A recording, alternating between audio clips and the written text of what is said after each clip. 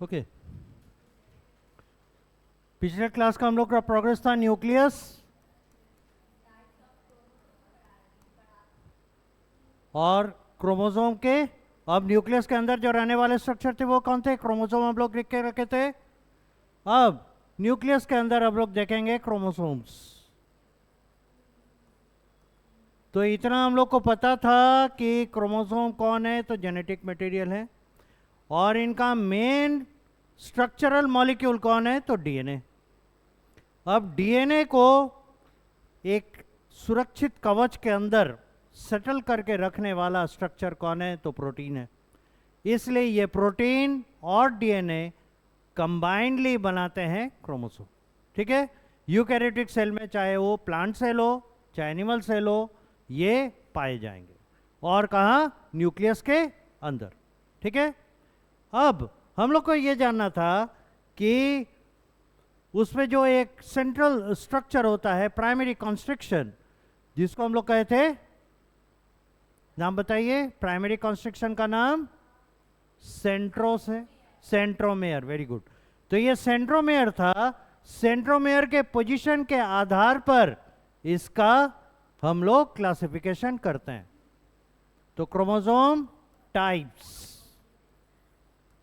On the basis of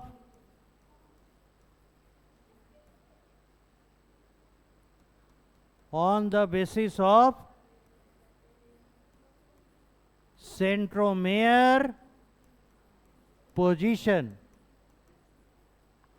on the basis of centromere position। ये बताए थे क्या हम? ये बताए थे क्या?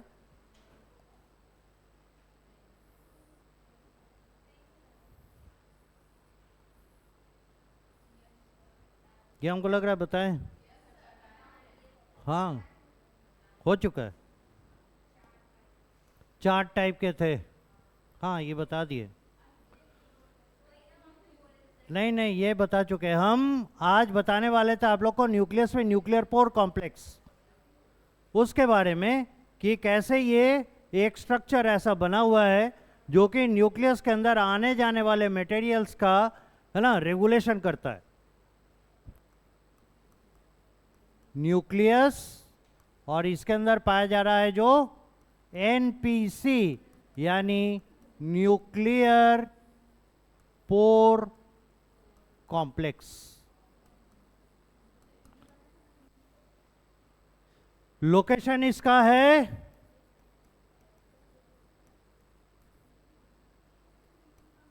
Between the outer and inner nuclear membrane।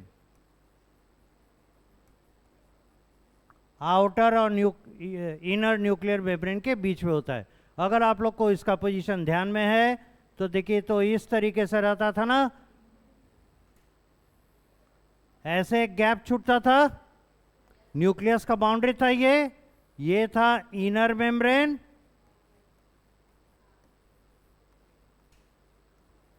ये था इनर मेम्ब्रेन, और ये वाला आउटर मेम्ब्रेन।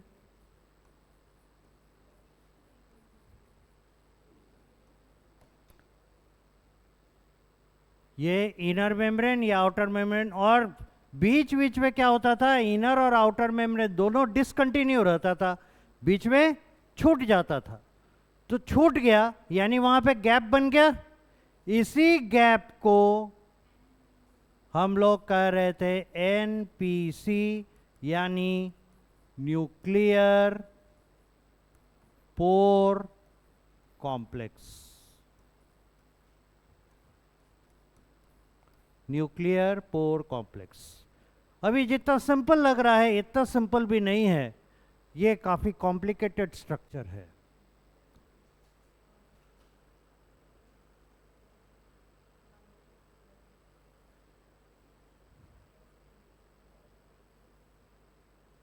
ये न्यूक्लियर मेम्ब्रेन, ये आउटर, ये इनर, ये न्यूक्लियर मेम्ब्रेन बीच में डिसकंटिन्यूड, आउटर और इनर,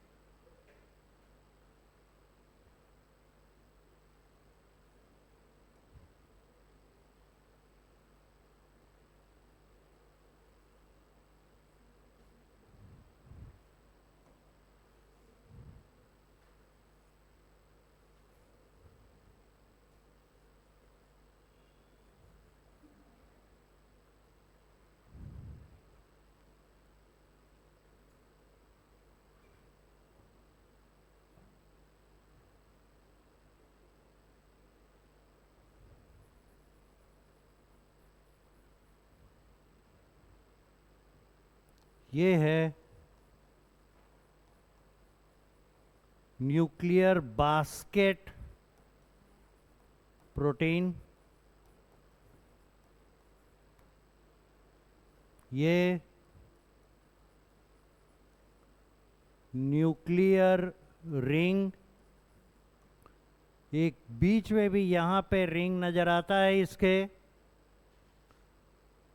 तो जो पीछे चला गया है उसको हम लोग नहीं देख पा रहे। तो बीचों बीच जो रहता है रिंग, इसको कहते हैं लुमिनल रिंग। ल्यूमेन कहते हैं खाली जगह को, ट्यूब लाइक स्ट्रक्चर को। तो इसके ट्यूब लाइक स्ट्रक्चर पर जो रिंग बना हुआ है उसको ल्यूमेन का रिंग या लुमिनल रिंग कह रहे हैं। एक नीचे के तरफ, इस तरफ न्यूक्लियस का हिस्सा है, न्यूक्लियस के हिस्से की तरफ जो रिंग नजर आ रहा है उसे न्यूक्लियर रिंग कहते हैं। और एक रिंग हम लोग को न्यूक्लियस के बाहर साइटोप्लाज्मिक साइट पे नजर आता है, इसको कहते हैं साइटोप्लाज्मिक रिंग, साइटोप्लाज्मिक रिंग। ठीक है। और ये जो ऊपर की ओर उठे हुए पतले धागे जैसे स्ट्रक्चर्स नजर आ रहे हैं, इन्हें हम लोग कहते हैं साइटोप्लाज्मिक फिलामेंट्स। ये साइटोप्लाज्मिक फिलामेंट्स हैं। और नीचे के तरफ भी एक झुंड में प्रोटीन के फाइबर्स रहते हैं जो एक डब्बे की तरह का स्ट्रक्चर बना रहे हैं, और इसीलिए इसको कहा गया न्यूक्लियर बास्केट। और प्रोटीन से बने हैं इसलिए न्यूक्लियर बास्केट प्रोटीन। ठीक है।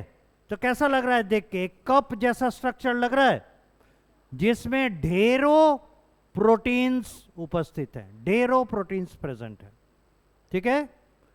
और ये छोटे मॉलिक्यूल्स को आने जाने का रास्ता देता है, एक्सचेंज होता रहता है, लेकिन बड़े मॉलिक्यूल्स को बहुत चुनकर बाहर से अंदर और अंदर से बाहर आने जाने का परमिशन देता है। ठीक है। फिगर में हम लोग मेंशन करेंगे स्ट्रक्चर ऑफ द एनपीसी यानी न्यूक्लियर पोर कॉम्प्लेक्स। ये न्यूक्लियर पोर कॉम्प्लेक्स प्रोटीन का स्ट्रक्चर है।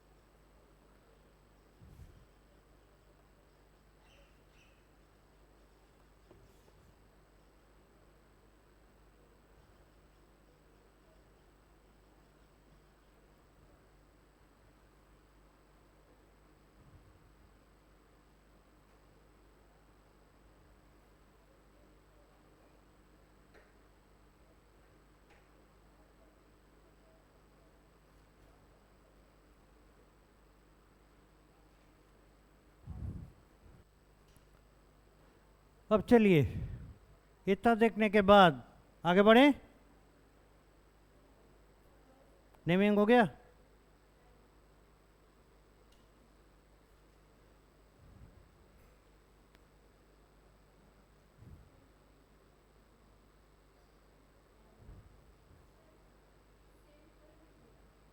हाँ, ये भेज तो देंगे। इनके फंक्शन देखिए,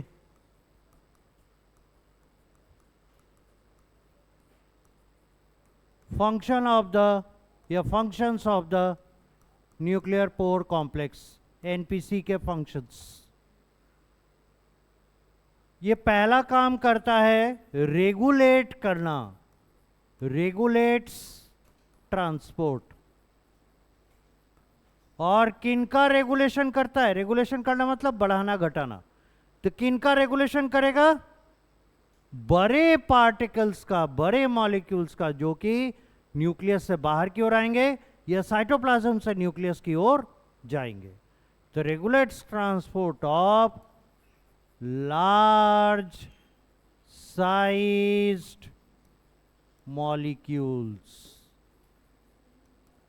ये रेगुलेट करते हैं बड़े बड़े मॉलिक्यूल का ट्रांसपोर्ट एक जगह से दूसरी जगह। किसके अक्रॉस? न्यूक्लियर मेम्ब्रेन के अक्रॉस। क्योंकि न्यूक्लियर मेम्ब्रेन खुद तो किसी को आने जाने देता नहीं, तो इसलिए सहारा लेना पड़ता है न्यूक्लियर पोर कॉम्प्लेक्स का। दूसरा काम क्या होगा? इट अलाउज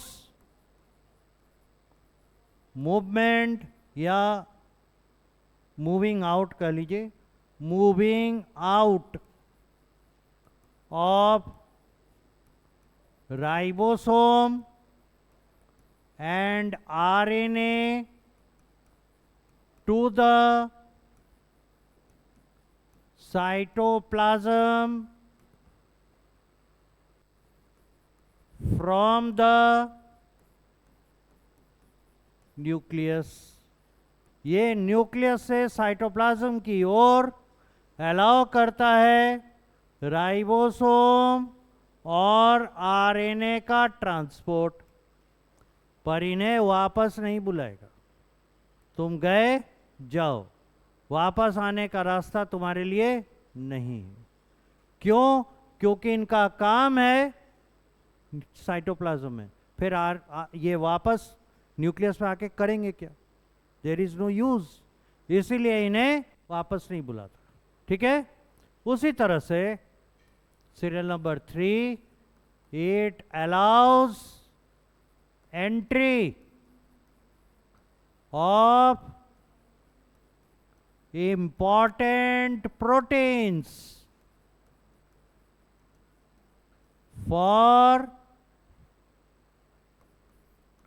DNA replication,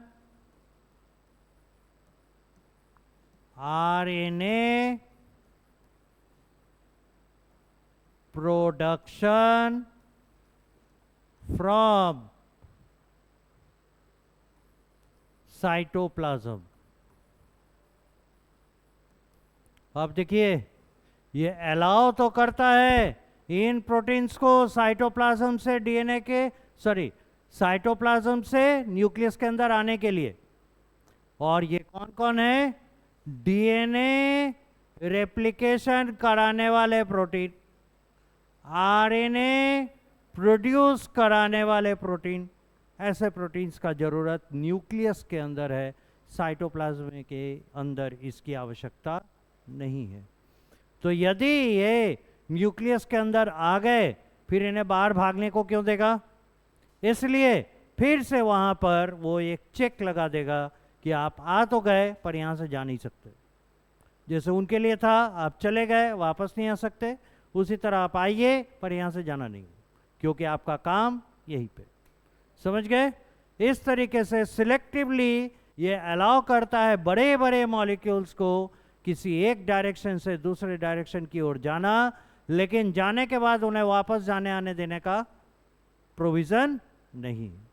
हाँ, जहाँ तक छोटे आयन्स हैं, मॉलिक्यूल्स हैं, उनके लिए ये रोक टोक नहीं लगाता। एक लिमिटेड साइज के मॉलिक्यूल्स फ्रीली न्यूक्लियर मेम्ब्रेन के थ्रू साइटोप्लाज्म में और साइटोप्लाज्म से न्यूक्लियस में आना जाना कर सकते हैं। उदाहरण के लिए वाटर की अगर आवश्यकता होगी तो water can freely move between cytoplasm to nucleoplasm, between from nucleoplasm to the cytoplasm. Sodium ion, potassium ion, proton, chloride ion, bicarbonate ion, इनकी जिधर अधिकता होगी उधर से कम जिधर है उस तरफ चल देंगे। इसमें कोई रोक टोक नहीं लगाएगा और इनका साइज न्यूक्लियर पोर कॉम्प्लेक्स से काफ़ी छोटा होता है, इसलिए उनके लिए ये कोई बाधक नहीं बनता। समझ गए? Serial number 4, it allows to and fro movement of some, it allows to and fro movement of some molecules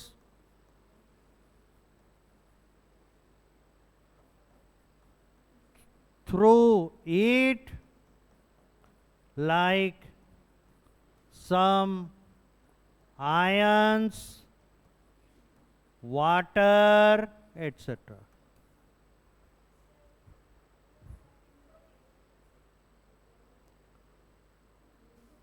Moving out of ribosome and RNA to the cytoplasm from the nucleus. ऐसा क्यों है? क्यों cytoplasm से nucleus के अंदर आना ये allow नहीं करेगा? इसलिए क्योंकि इनका प्लेसमेंट, पोजीशनिंग कहाँ है साइटोप्लाज्म में। अगर आप देखिएगा राइबोसोम कहाँ पाए जा रहे हैं तो पिछले क्लास को पलट कर देखिएगा, आपको मिलेगा रफ एंडोप्लाज्मिक रेटिकुलम पर जो रफनेस है, दानेदार स्ट्रक्चर्स हैं, वो किनके वजह से? राइबोसोम के वजह से। और एक बात और बताइए, ये स्मूथ और रफ एंडोप्लाज्मिक रेटिकुलम कहाँ पाए जाते हैं? साइटोप्लाज्म में। क्या ये न्यूक्लियस के अंदर है? नहीं। तो इनका जरूरत कहाँ पे, इनका पोजीशनिंग कहाँ पे है? साइटोप्लाज्म में। फिर न्यूक्लियस में क्या करेगा? अब उन्हें इसीलिए बाहर जाना होगा, तो यहाँ कोई काम नहीं है, इसलिए पलट के आने नहीं दिया जाएगा। Point number 1। पॉइंट नंबर 2, ये न्यूक्लियस से ही बाहर क्यों जाते हैं, वहां से यहाँ क्यों नहीं आते? इसलिए क्योंकि इनका प्रोडक्शन साइट न्यूक्लियस है। आप याद कीजिए, जो न्यूक्लियोलस है, राइबोसोम को मैन्युफैक्चर करने का जगह वही है, और न्यूक्लियोलस को हम लोग बोल चुके हैं it is the ribosome manufacturing unit. तो वो राइबोसोम प्रोडक्शन फैक्ट्री है, इसीलिए बन रहा है न्यूक्लियस में, जरूरत है साइटोप्लाज्म में, तो यहीं से न जाएगा। एक बात हो गई। दूसरी चीज कि हमें जानना है कि ऐसा ये क्या कहते हैं, आरएनए के लिए क्यों है? राइबोसोम का तो चलिए समझ में आया, आरएनए के लिए क्यों है? तो आपको फिर वहां याद कीजिए, पिछले क्लास में बताया डीएनए मेक्स आरएनए बोले थे। तो डीएनए से आरएनए बनेगा, डीएनए जहां है वही ना बनेगा। डीएनए है मौजूद साइटोप्लाज्म में नहीं, न्यूक्लियोप्लाज्म में, इसलिए आरएनए का प्रोडक्शन साइट कौन हो गया? न्यूक्लियोप्लाज्म। तो बन रहा है यहाँ, काम उसका साइटोप्लाज्म में है। क्यों? क्योंकि इन्हीं के मदद से राइबोसोम प्रोटीन बनाता है। तो जब तक ये साइटोप्लाज्म की ओर ट्रेवल नहीं करेगा, प्रोटीन कैसे बनेगा? तो साइटोप्लाज्म में आरएनए का भी जरूरत और राइबोसोम का भी जरूरत, और इनके प्रोडक्शन साइट न्यूक्लियोप्लाज्म, इसीलिए न्यूक्लियस से इन्हें साइटोप्लाज्म की ओर भेजा जाता है वन डायरेक्शनली। वापस लौट के आएंगे, इनका कोई औचित्य नहीं रह जाएगा, इसीलिए। अब क्लियर है? कोई डाउट कहीं पे?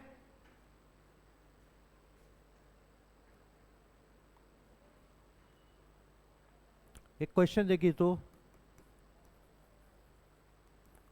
which among the, क्वेश्चन जरूर लिखिएगा, among the following is common for prokaryote and eukaryote as an organelle। पहला ग्रुप का चॉइस है प्लाज्मा मेम्ब्रेन। दूसरा चॉइस है पहले ग्रुप का सेल वॉल। तीसरा चॉइस है न्यूक्लियस। चौथा चॉइस है माइटोकॉन्ड्रिया।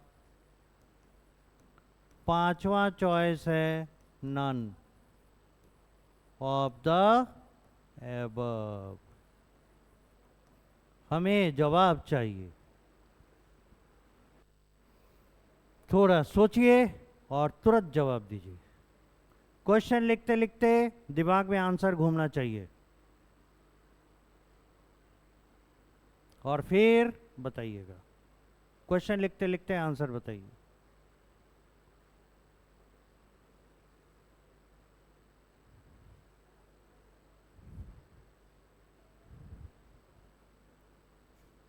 आपको लगेगा, आपको ऐसा महसूस करेगा नहीं ये वाला होगा, ये वाला होगा,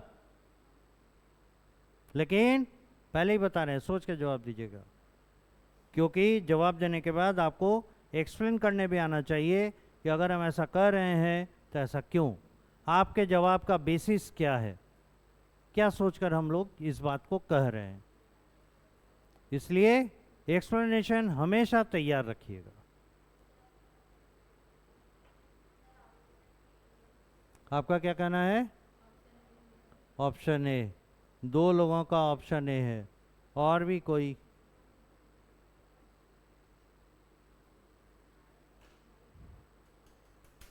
बाकी सब जवाब दे सकते हैं, बहुत सिंपल है।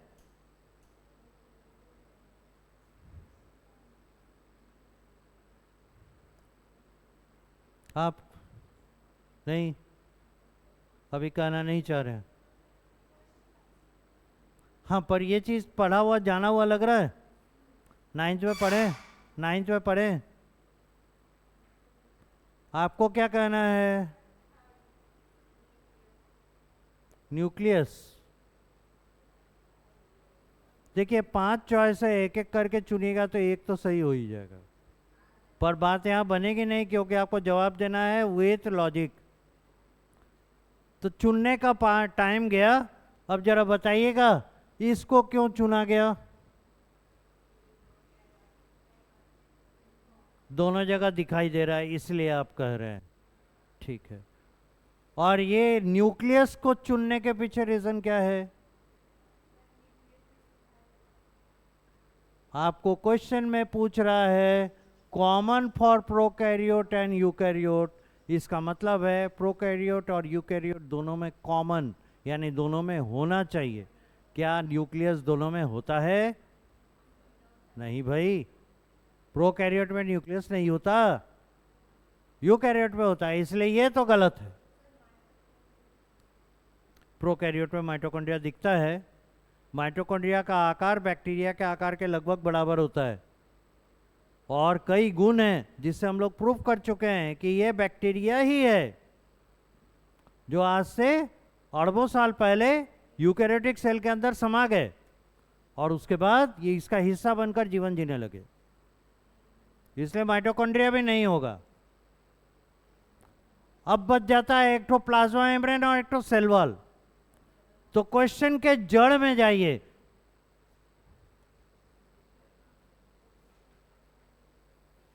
आपको बोला है ऑर्गेनेल। ऑर्गेनेल किसे कहते हैं? जैसे हमारे शरीर में अंग होते हैं ऑर्गेन्स, उसी तरह से सेल में छोटे अंग होते हैं, अंगक कहते हैं हिंदी में, इंग्लिश में कहते हैं ऑर्गेनेल। यानी उनके स्ट्रक्चर को बनाने वाले सपोर्टिंग स्ट्रक्चर्स। और किसी भी लाइफ का, किसी भी लिविंग ऑर्गेनिज्म का बेसिक स्ट्रक्चर कौन है, फंडामेंटल स्ट्रक्चर कौन है, सेल। पर सेल अपने कंपोनेंट ऑर्गेनेल्स के बिना अधूरे हैं, वो पूरे नहीं हो पाएंगे। इनमें से किसी को निकाल दीजिएगा, सेल एग्जिस्ट नहीं करेगा। सेल इन सबों के एक साथ रहने के वजह से एग्जिस्ट कर रहे हैं, जीवित हैं, तभी हमारा लिविंग यूनिट बना रहा है। इतनी सी बात है। तो आपको किस में फोकस करना है, ऑर्गेनेल। अब जांचना है क्या प्लाज्मा मेम्ब्रेन ऑर्गेनेल है, नहीं, ये बाउंड्री है। आप बोलिएगा घर आ गया और जाके बाउंड्री वाल पे टिक गए, मतलब हम लोग क्या हैं, चिड़िया जो बाउंड्री वाल पे रहेंगे, घर के अंदर रहेंगे ना। तो उसी तरह से सेल के आंतरिक हिस्से में पाए जाने वाले स्ट्रक्चर्स के बारे में बात हो रही थी। हम लोग कहां लटक गए, प्लाज्मा मेम्ब्रेन देखे, आंसर मार्क कर दिए, इसलिए ये गलत हो गया। आंसर हमारे पास क्या है, none, none of the above. इसमें कोई नहीं है। सेल वॉल भी बाउंड्री है, उसका अंगक नहीं है, ऑर्गेनेल नहीं है। इसीलिए बोले क्वेश्चन समझना वर्ड बाई वर्ड पढ़ के बहुत जरूरी है। ठीक है, कितना आसान क्वेश्चन, गलती हो गया। तो इसका आंसर क्या होना चाहिए था। अब देखिए दूसरे ग्रुप में, पहले ग्रुप में इसका आंसर नहीं है, इसलिए none of the above is the choice. अब दूसरे ग्रुप में देखिए,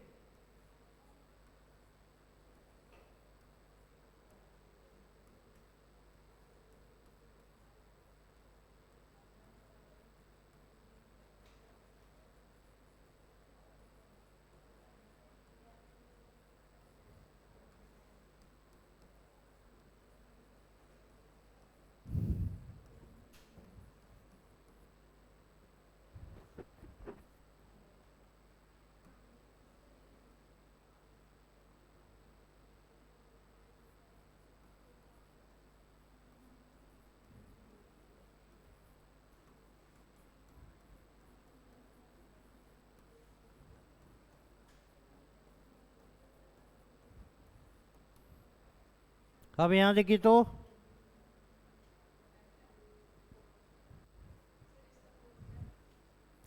सेम क्वेश्चन लेकिन डिफरेंट चॉइस। वो चॉइस पहले था, उसमें तो नन ऑफ द अबव हो गया। ये चॉइस सेट अगर रहेगा, आपको क्या बताएं, एक ही क्वेश्चन में चॉइसेस बहुत तरह के दिए जा सकते हैं। अगर हम चॉइस बदल लिए, क्वेश्चन बदल गया, है ना। तो बात को समझते हुए सही चॉइस की ओर जाना है, यही ट्रिक है। इसको अगर आप समझ गए तो आपका आंसर कभी गलत नहीं होगा। इसलिए सभी बच्चे जानते हुए गलत कर पाते हैं, कर आते हैं एक्चुअली, इन्हीं सब कारण से। बोलिए क्या होना चाहिए, वन बाय वन हर एक पे सोचिए। अगर आप सोचिएगा तो आप उसको जस्टिफाई कर पाइएगा, ऐसा होगा, और नहीं तो ऐसा नहीं होगा। सब बात। क्रोमोसोम हम जानते थे, यहां पे बच्चे फंसेंगे, जैसे होता है ना, मछली को फंसाने के लिए कांटा दिया जाता है, तो हम बेट दे रहे हैं और हमको पता है बच्चे कहां फंसेंगे, कहां गलती करेंगे। क्योंकि यहां गलती वही हो रही है, आप पिक नहीं कर रहे हैं कि हम जिसे चुनने जा रहे हैं वो ऑर्गेनेल के स्टेटस में आता है कि नहीं। तो पहले क्रोमोसोम पर बात कर लें। क्रोमोसोम होगा, क्यों नहीं होगा, जबकि हम देख रहे हैं प्रोकैरियोट यूकैरियोट दोनों में होता है। फिर ऑर्गेनेल के कैटेगरी में वो आएगा कि नहीं आएगा, नहीं आएगा। क्यों, क्योंकि वो जेनेटिक मटेरियल है, it's not an organ, it's not a constructing structure of a cell.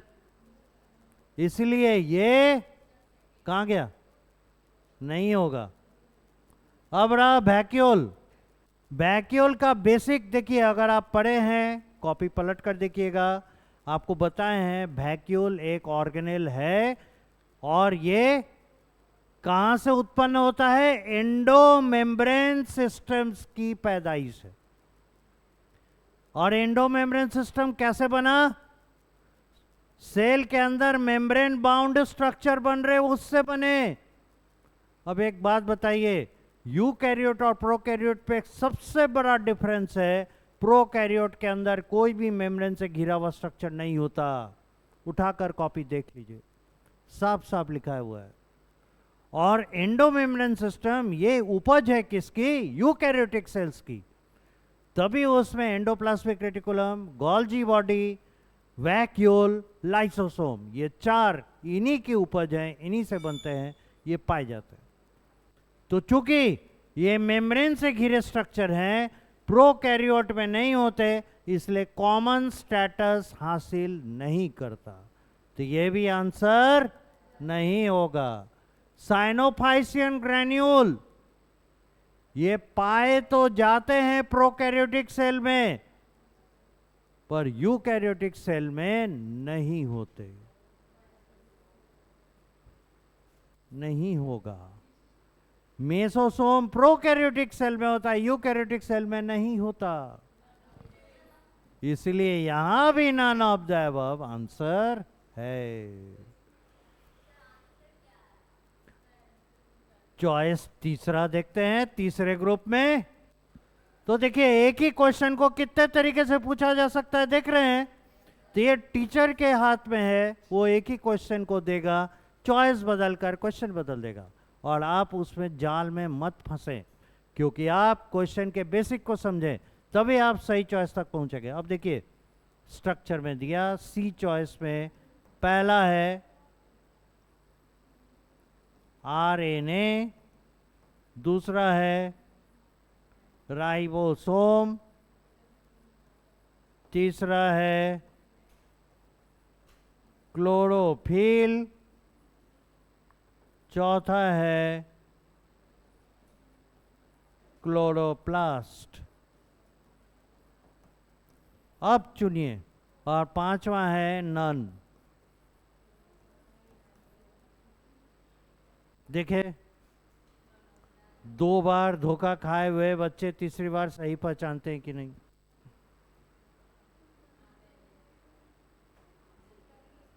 ये आपका कॉन्फिडेंस तो कम कर रहा है, लेकिन आपको ओवर कॉन्फिडेंट होने कभी नहीं देगा, और सोचना सिखा देगा। सोचिए, सेल जैसे सिंपल मामूली चैप्टर में हम लोग कितना उलझ रहे हैं। क्यों? क्योंकि हम लोग फंडामेंटल पर ध्यान नहीं दे रहे। बोलिए, वाह, काहे? एक्सप्लेन कीजिए। हम दोनों में प्रेजेंट होता है। तो हम लोग पढ़े हैं कि ये एकमात्र ऐसा ऑर्गेनेल है जो बिना मेम्ब्रेन से घिरा हुआ है, और प्रोकैरियोट यूकैरियोट दोनों में पाया जाता है। इसीलिए आंसर इज द राइबोसोम। और कहीं पे भी आपसे पूछे प्रोकैरियोट और यूकैरियोट में कॉमन ऑर्गेनेल, तो क्या जवाब देंगे? आई बात समझ में? कहीं कोई डाउट? क्वेश्चन लिखे हैं, चॉइसेस लिखे हैं, ठीक है ना? आंसर मार्क कर लीजिए, आगे बढ़ जाएं। एक और इंटरेस्टिंग क्वेश्चन देखिए। If the cytoplasm is removed, then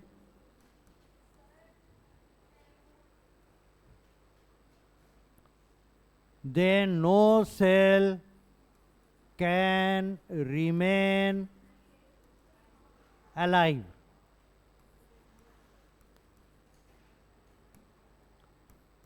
Is there any animal and plant cell that has no nucleus but is alive? पहले क्वेश्चन लिखिए, फिर क्वेश्चन का मतलब समझते हैं, फिर हम लोग बात करेंगे क्या ऐसा कोई जवाब हो पाएगा कि नहीं। पहले क्वेश्चन लिखिए।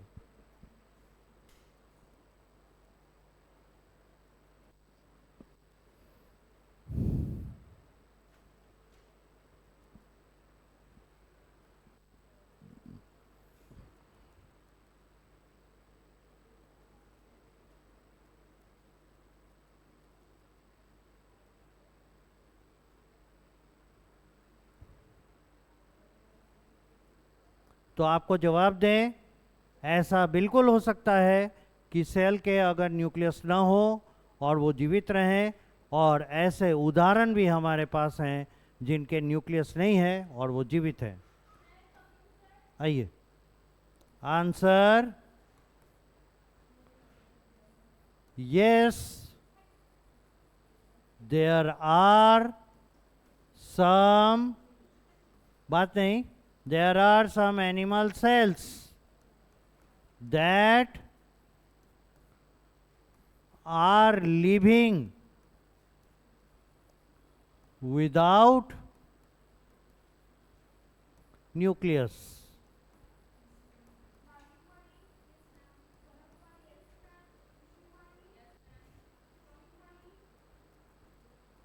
चलिए आगे बढ़े। यहाँ कहा जा रहा है कि हाँ, ऐसे कुछ एनिमल सेल्स हैं जिनके बारे में हम जानते हैं और वो बिना न्यूक्लियस के जीवित रहते हैं। एक है उनमें आरबीसी ऑफ मैमल्स। मैमल्स के जो आरबीसी हैं उनमें न्यूक्लियस नहीं होते, जैसे ह्यूमन का आरबीसी, उसमें न्यूक्लियस नहीं होता। और इसका लाइफ जानते हैं कितना होता है? Life span 120 days in human, 120 दिन यानी 4 तिया 12, 4 महीने जिंदा रहता है।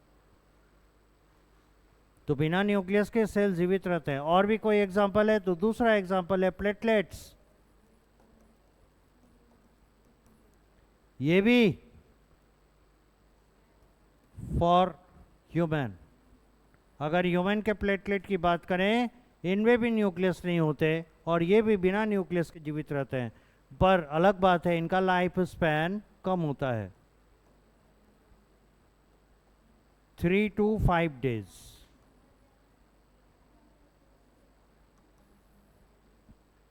तो ऐसे दो सेल्स के बारे में हम जानते हैं जिनमें एनिमल में जो पाए जाते हैं उनमें न्यूक्लियस नहीं होते और फिर भी वो जीवित रह सकते हैं। ठीक है, अब दूसरे को देखें, प्लांट सेल्स विदाउट न्यूक्लियस। ये है sieve tube member cells of phloem. Phloem कह के एक टिश्यू है और फ्लोएम टिश्यू का जो सीप ट्यूब मेंबर सेल है वो बिना न्यूक्लियस का होता है और लंबे समय तक जिंदा रहता है। आप लोग गलत कर रहे हैं, क्वेश्चन पे ध्यान नहीं दे रहे हैं, आंसर बता रहे हैं, आप लोग ध्यान नहीं दे रहे हैं, लिख नहीं रहे हैं, ना ही काम बनेगा।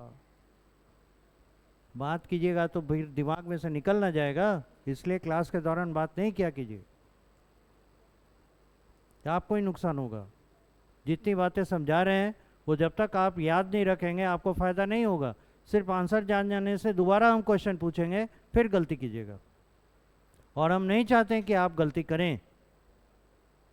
क्योंकि एक चीज़ जान लीजिए, एमसीक्यू बड़ा ट्रिकी होता है, उसका जो क्वेश्चन है बहुत सिंपल होता है पर उसका सारा मार पेच उसके आंसर में रहता है। अगर उसका चॉइस सिंपल दे दिया तो आपके लिए आसान है, नहीं तो चॉइस को घुमाना किसी भी टीचर के बाएं हाथ का काम है। देख ही रहे, आपको एक ही क्वेश्चन के 3 सेट ऑफ चॉइस दिए गए, तीसरे सेट ऑफ चॉइस में सही आंसर था, पहले दूसरे में नहीं था, लेकिन आपको ललचाया, आपको टेम्प्ट किया, आपको लगा कि नहीं यही वाला तो होगा, ये तो दोनों में पाया जाता है, पर एक्चुअल प्रैक्टिस में वो नहीं था। इसीलिए जो भी बात आपको बताई जाए उस पर ध्यान दीजिए, गौर कीजिए, याद रखिए, तभी आपका काम बनेगा। फिर आप लोग बात कर रहे हैं तो हमसे पूछेंगे ना, हम बता पाएंगे। हो गया यहां तक? अब देखिए, बोलिए।